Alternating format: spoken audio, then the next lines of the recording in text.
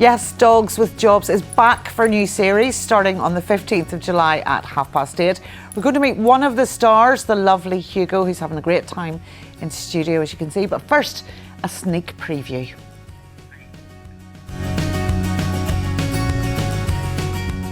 Hugo is our latest recruit. He's 10 weeks old. At the moment, he's showing a lot of promise, but you can never be sure with puppies what way they're going to go. But he's extremely into food, extremely into toys, loves all the other dogs, sometimes a little bit too much for the other dogs, but yeah, he's an absolute cracker. Now, we have to start this evening by meeting one of those stars, Hugo, who is a conservation detection dog, and Dr Caroline Finlay, who's Hugo's human. Yes. What sort of a dog? A spaniel, obviously, but tell us a bit about Hugo. Well, Hugo's technically one of our trainees. He's training to be a conservation detection dog, and his first big job will be helping us look after bats and birds and helping conserve their populations. Tell us how that works. It sounds amazing. So, one of our big jobs is looking at renewable energy sources. So one of the big bits of renewable energy that we have in Northern Ireland is wind, and to use that wind we have big turbines up, wind turbines.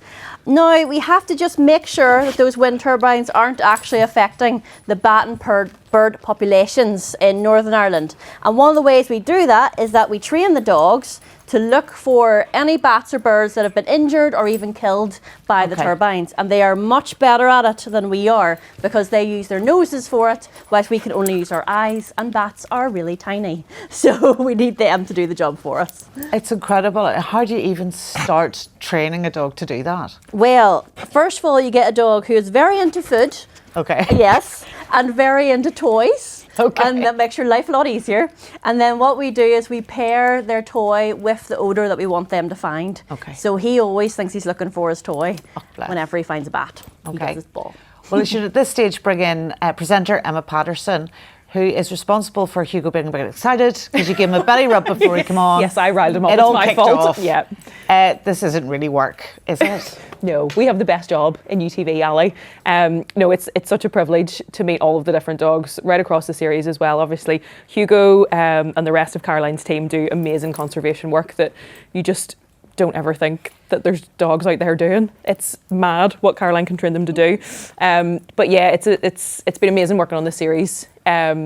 It's always amazing working on it, but this one was particularly good because we got to meet so many different kind of young puppies and follow their journey. So we met Hugo when he was about 12 weeks. 12 weeks. Yeah, 12 weeks old. He was very, very cute puppy, and followed him through a bit of his training and stuff as well. And we've seen assistance dog litters come in with little 8-week-old puppies and saw them kind of grow up and learn how to do their jobs, and guide dog puppies as well. So yes, we're very spoilt. You are consistently amazed as well, as is the audience of this, at just what these dogs can do. They're incredible. Yeah, it's amazing. I think as well, in the first series, we were a bit taken aback by just how good their sense of smell is. So we've kind of come to expect it a little bit now, but even the different things that people, I think it's the partnerships between the handlers and the dogs as well, and the things that the handlers can train their dogs to do that you just kind of think, I would never have thought that is possible, and then it is, and you see them doing it, and the thing is as well, they absolutely love it. They're so happy. So yeah, we do have some amazing stories in this series. But yeah, seeing Hugo grow up was very, very cute.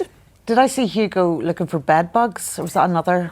That's his brother, Monty. That's Hugo's brother. Yes. So looking for bed bugs in an old museum train carriage. That's not even on my level of consciousness. I didn't even know it was a thing. So talk to us a bit about that. Yeah, so we were actually approached, because it's not technically conservation, and that's our big thing, conservation, but we were actually approached by a pest control company, and they asked us if we could give them a hand because they were really finding it difficult to find bed bugs because they're so tiny and they hide in like the smallest little cracks that you just can't believe, but they're very smelly. So that works out well for the dogs. So they asked us if we could train a dog to find bed bugs, and we thought, here, why not? Let's give it a go. It doesn't doesn't get in the way of anything else we're doing. Why not? And it turned out actually the dogs love it because it's something different. Okay. They're out running about fields all the time, and now they're searching hotels and transport and homes, and yeah, it's really great for them. Does Hugo know how hard he's working, or does he just think this is brilliant? Well, He's having his best life. At the minute, he's hardly working because he's a trainee. He just thinks he's having like the best games ever. This is all a massive game for him, all just like the best fun time, looking for his toy. He doesn't realise that he's actually has a job. So yeah, no, he's having a great time. And do you find whenever you're training them and when they're doing those duties, it kind of wears them out a bit because they're thinking, I don't think there'd be any wearing out. To be fair. It does calm them a bit, Okay. especially the spaniels. I find with the spaniels they almost need the job, and you can tell they have days that they're meant to be resting, and you can tell what days they're meant to be resting because my husband's angrier at them than the days that they're working, because they're usually a lot calmer and a lot more sleepy. Put it that way. Yeah. So Emma, you've met Hugo, you've met loads of puppies. What breeds?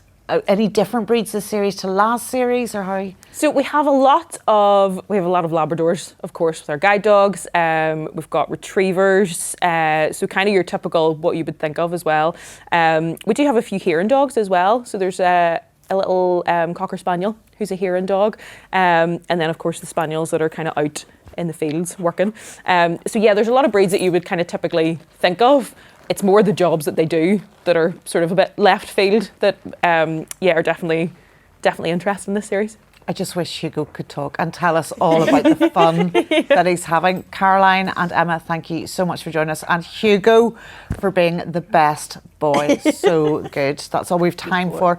But a reminder that Series 2 of Dogs with Jobs is on UTV on Tuesday the 15th of July at 8:30 and on ITVX. Thanks for joining us. Thank you. Thank you, Caroline.